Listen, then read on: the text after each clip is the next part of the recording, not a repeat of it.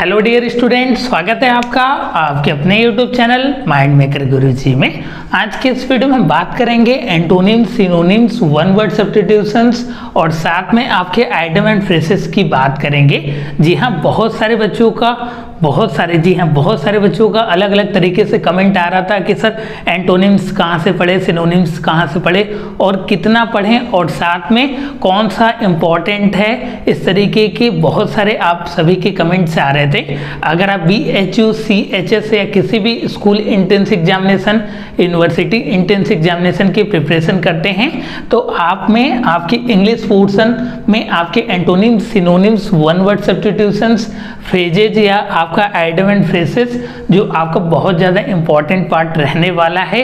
इससे आपके confirm question हर साल आपके एंट्रेंस एग्जामिनेशन में पूछे जाते हैं, तो इसको आपको कैसे तैयार करना है आज के इस वीडियो में हम बात करेंगे। और साथ में अगर आप CHS, BHU की प्रिपरेशन करना चाहते हैं तो क्लासेस आपकी अवेलेबल हैं, उसको आप ज्वाइन कर सकते हैं। इस नंबर पे कॉल करके उसको आप ज्वाइन कर सकते हैं, जिसमें आपको study material, previous year paper का डिटेल सॉल्यूशन और साथ में आपको कंप्लीट कोर्सेज कराए जाएंगे। तो हम बात कर लेते हैं, अपने टॉपिक पे आ जाते हैं। एंटोनिम्स को हिंदी में आपका विलोम शब्द बोला जाता है। सिनोनिम्स को हिंदी में आपका पर्यायवाची शब्द बोला जाता है। वन वर्ड सब्स्टिट्यूशंस में आपके अनेक शब्दों के लिए एक शब्द होता है। इसमें आपके आइडियम एंड फ्रेजेस में कुछ आपके मुहावरे और लोकितियों टाइप के चीज होते हैं। यह आपका बहुत ज़्यादा इंपॉर्टेंट टॉपिक रहता है। तो अगर हम बात करें CHS एंट्रेंस एग्जामिनेशन है, BHU के जैसे कि आपके BA में भी पूछे जाते हैं, या जो भी आपका इंग्लिश पोर्शन रहता है UG से लेके PG से लेके आपके स्कूल एंट्रेंस एग्जामिनेशन में, सभी में यह टॉपिक आपको देखने को मिलता है। तो इसको कैसे आपको प्रिपेयर करना है, देखिए सबसे पहले कि जब तक आप क्वेश्चन को पढ़ते हैं, ठीक है, क्वेश्चन को आप रीड करेंगे और उसके 4 डिफरेंट ऑप्शन दिए रहते हैं। सपोज करिए कि ये आपका पहला क्वेश्चन है, ठीक है। पहले क्वेश्चन में कुछ आपका क्वेश्चन फ्रेम किया गया, कुछ भी सपोज करिए कि आपका इंसिडेंट लिखा हुआ है और उसका बोला जा रहा है कि सिनोनिम्स आपको बताना है। जी हाँ, आपको पर्यायवाची बताना है। तो यहाँ पे आपके ABC ऐसे कुछ ऑप्शन आपके दिख जाएंगे आपके एग्जामिनेशन में। तो जब तक आप इस 4 ऑप्शन को पूरी तरीके से समझ नहीं पाएंगे, या आप बोल सकते हैं कि इसकी मीनिंग को आपको नहीं पता रहेगा, तब तक ये क्वेश्चन आप डिकोड नहीं कर पाएंगे। जी हाँ, डिकोड नहीं कर पाएंगे। तो यहाँ पे आपका इंपॉर्टेंट पॉइंट्स क्या है कि आपको इनका मीनिंग आपको पता होना चाहिए। जब तक आपको मीनिंग नहीं पता रहेगा तब तक ये क्वेश्चन आप डिकोड नहीं कर पाएंगे, चाहे आपका एंटोनिम्स हो, चाहे आपका सिनोनिम्स क्यों न हो, या आप बोल सकते हैं कि आइडियम एंड फ्रेजेस क्यों न हो। जब तक आप उसकी मीनिंग को नहीं समझ पाएंगे, उसके 4 ऑप्शन जो गिवन हैं उसकी मीनिंग को आप नहीं समझ पाएंगे, तब तक इस तरीके की क्वेश्चन को आप कभी नहीं कर पाएंगे। आप सही तरीके से एक अच्छे फॉर्म में इस तरीके के क्वेश्चन को नहीं कर पाएंगे।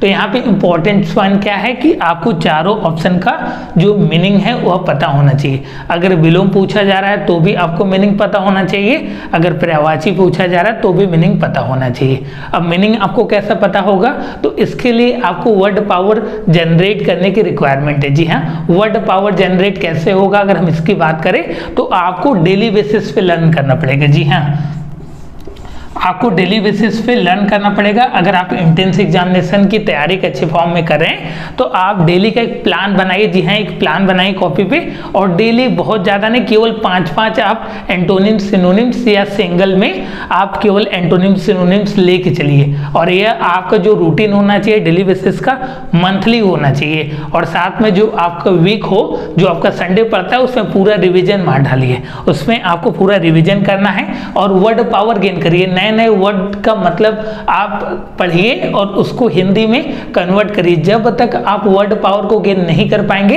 तब तक इस तरीके के क्वेश्चन को आप नहीं कर पाएंगे अच्छे फॉर्म में। जी हाँ, और अब हम बात कर लेते हैं कि आपके क्वेश्चन कहाँ से पूछे जाते हैं। तो देखिए, क्वेश्चन आपके कहीं से भी पूछे जा सकते हैं, क्योंकि उनका सिलेबस फ्री है। लेवल आपका डिफरेंट हो सकता है। अगर 9th में पूछा जा रहा है तो उसका लेवल थोड़ा सा आसान होगा। अगर वह 11th या PG या UG के कोर्सेज पे पूछा पूछा जा रहा है तो उसका लेवल थोड़ा सा इंक्रीमेंट हो सकता है। लेवल कैसे इंक्रीमेंट हो सकता है, अगर आपका पीजी लेवल पे पूछा जाता है या यूजी लेवल पे भी पूछा जाता है या 11th मैथमेटिक्स ग्रुप में पूछा जाता है बायोलॉजी में, तो उसमें लेवल देखिए इंक्रीमेंट इस तरीके से रहता है कि आपका एक पैराग्राफ दे देगा और उसमें एक वर्ड रहेगा, उसको अंडरलाइन कर देगा और बोलेगा कि इसका मीनिंग बताइए, या आप बोल देगा कि सिनोनिम्स बताइए, एंटोनिम्स बताइए। इस तरीके से लेवल का इंक्रीमेंट किया जा सकता है। लेकिन आपका वर्ड पावर अगर है तो इस तरीके के क्वेश्चन को आप आसानी से कर लेंगे। एग्जाम्पल के तौर पे जैसे कोई क्वेश्चन आपका पूछा गया है, सपोज करिए आपका यही पूछा कि इंसेंट पूछा गया है, तो इंसेंट का मतलब ही होता है पुराना। तो अगर इसका सिनोनिम्स पूछा गया है तो आप ओल्ड कहीं पे भी देखोगे तुरंत लिख दोगे। क्या करोगे, ओल्ड कहीं पे भी देखोगे आप लिख दोगे। तो आपको डेली बेसिस पे वर्ड पावर को गेन करना है। कहाँ से पढ़ना है, कोई भी एक स्टैंडर्ड बुक को फॉलो करिए। अगर आप अरिहंत से प्रिपरेशन कर रहे हैं तो उससे प्रिपरेशन कर सकते हैं। अगर मेरे यहाँ की स्टडी मटेरियल आपने परचेस किया है तो उतना आपके लिए सफिशिएंट, उसको पढ़िए, उसको ज़्यादा से ज़्यादा प्रैक्टिस करिए। जी हाँ, प्रैक्टिस करिए और डेली बेसिस पे 5-5, 10-10 अपने इफर्ट के हिसाब से। अब कुछ बच्चे बोलेंगे जो बिहार बोर्ड से हैं या हिंदी माध्यम से यूपी बोर्ड से बिलोंग कर, तो बोलेंगे कि सर इंग्लिश हमको बहुत ज़्यादा कठिन लगता है। देखिए कोई भी चीज़ कठिन नहीं होती, वह आपके माइंडसेट के ऊपर होता है। जितना अच्छा आपका माइंडसेट रहेगा उतना अच्छा आप इंट्रेंस एग्जामिनेशन में आप नंबर को गेन करेंगे। तो इसके लिए आप माइंडसेट को अभी से आप सेट कर लीजिए। डेली बेसिस पे 5-5, 10-10 अपने इफर्ट के हिसाब से आप कितना कर सकते हैं। अगर आप कमजोर हैं तो आपको इफर्ट और ज़्यादा लगाने की ज़रूरत है। अगर आपके पास वर्ड पावर की कमी है तो आप कोई भी एक स्टैंडर्ड बुक को फॉलो करिए। There are lots of books available in market. आप वहां से एक, मैं बुक को भी रेफरेंस के तौर पे बता देता हूं, करेंट इंग्लिश ग्रामर विद्या पब्लिकेशन की बुक आती है, आप उसको भी रेफरेंस के तौर पे पढ़ सकते हैं। या मेरे यहाँ के स्टडी मटेरियल को भी ज्वाइन कर सकते हैं, जिसमें आपको कंप्लीट पूरा आपको antonyms, synonyms, one word substitutions, idiom and phrases, आपके राइटर्स, इस तरीके के जो भी आपके नेम होते हैं, पूरा आपको कंप्लीट स्टडी मटेरियल उसमें दिया जाता है। उसके लिए आपको परेशान नहीं होना है। तो हमने बोला कि वर्ड पावर गेन करिए। जब आप वर्ड पावर गेन कर जाएंगे या वर्ड से फैमिलियर हो जाएंगे, जैसे कि मैं जानता हूं कि इंसेंट मतलब प्राचीन होता है, उसका आपका अगर पर्यायवाची की बात करें तो आपका ओल्ड हो जाएगा। देखिए आपका वर्ड पावर कैसे गेन होगा, जब आप वर्ड से फैमिलियर होंगे। वर्ड से फैमिलियर कैसे होंगे, जब ज़्यादा से ज़्यादा वर्ड को आप देखेंगे कैसे, ज़्यादा से ज़्यादा उसको रीड करेंगे, लर्न करेंगे। तो आज से ही आप डेली बेसिस पे एक गोल सेट करिए कि हमको इस मंथ में इतने वर्ड को कवर करना है या इतने एंटोनिम्स, सिनोनिम्स को कवर करना है। कोई भी बुक से रेफरेंस करिए, कोई भी बुक से आप पढ़िए, कोई मैटर नहीं करता। देखिए एंटोनिम्स, सिनोनिम्स का टॉपिक फिक्स है कि आपके एंट्रेंस एग्जामिनेशन में कंफर्म है कि क्वेश्चन पूछे ही जाएंगे, लेकिन कहाँ से पूछे जाएंगे कंफर्म नहीं है। बस क्वेश्चन का लेवल आपका डिफरेंट हो सकता है, लेकिन आपके क्वेश्चन कंफर्म आपके एंट्रेंस एग्जामिनेशन में BHU, CHS या किसी भी आप यूनिवर्सिटी के एंट्रेंस एग्जामिनेशन की प्रिपरेशन कर रहे हैं तो वहां से आपको देखने को इसका इंग्लिश पोर्शन में मिलता है। वन वर्ड सब्स्टिट्यूशंस के लिए भी और आइडियम एंड फ्रेजेस के लिए भी सेम वर्क करना है। आपको 5 डेली बेसिस पे आपको लर्न करना है और अपना वर्ड पावर को गेन करना है।